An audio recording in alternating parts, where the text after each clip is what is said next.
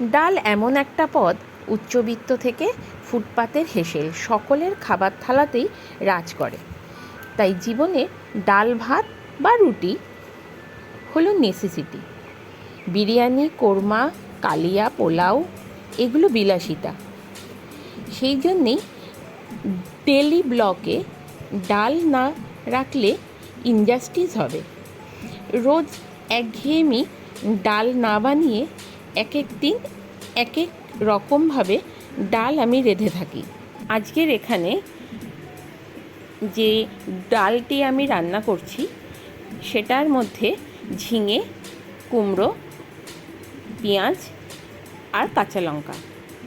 মুসুর ডাল ধুয়ে সিদ্ধ বসাবো, তখন নুন, হলুদ আর কাঁচা তেল সিদ্ধের সময় দিয়ে দেবো। ডাল হাফ ফোটা হয়ে গেলে তার মধ্যে সবজিগুলো সব দিয়ে দেবো।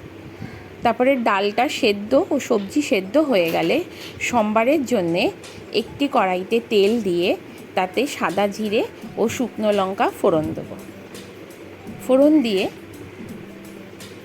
নামানোর আগে ধনেপাতা কুচি ও চিনি দিয়ে একটু ফুটিয়ে নামিয়ে নেব।